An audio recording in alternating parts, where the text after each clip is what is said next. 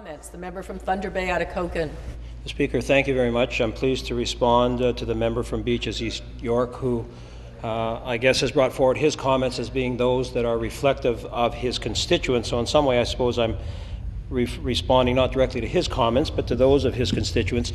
The one that I would make a point of spending a little bit of time on is the comment that I will say not so much this particular member, excuse me, but other members, especially the member from Kenora-Rainy River in the NDP, often raise the issue of the Quebec-Manitoba industrial hydro rates, or just hydro rates in general, relative to those of Ontario.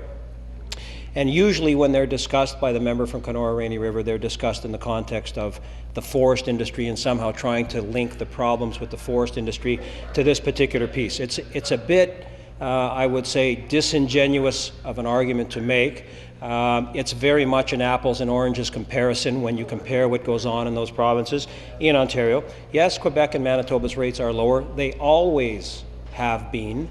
Quebec and Manitoba are very fortunate. The economies are different, topographically blessed, where very much, or if not most of their power is hydraulic and long since paid for. What I would remind the members' constituents, though, when you link it back to the economy, is that in Ontario, through policies and programs brought in by our government, large industrials now in the province of Ontario find themselves in a very competitive position when it comes to hydro rates, and it is not difficult at all for any of us on this side of the House to bring forward testimonials from many large industrials, in fact, supporting very much the hydro programs that are in place, and there will be many of those stories coming forward. At some point, I would say to the members' constituents, there comes a time when you have to choose. I think the NDP as a party generally are not supportive of nuclear. 50% of our current supply comes from nuclear.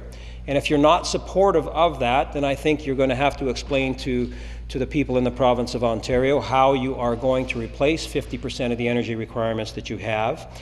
And if it's the same with the wind and solar, which seems to be supportive, but people are a bit reluctant on the costs, biomass costs as well. And I think they said they were supportive of biomass, but afraid of the costs. So ultimately you have to choose. They're not easy choices. We're moving forward. Thank you, Speaker. Thank you.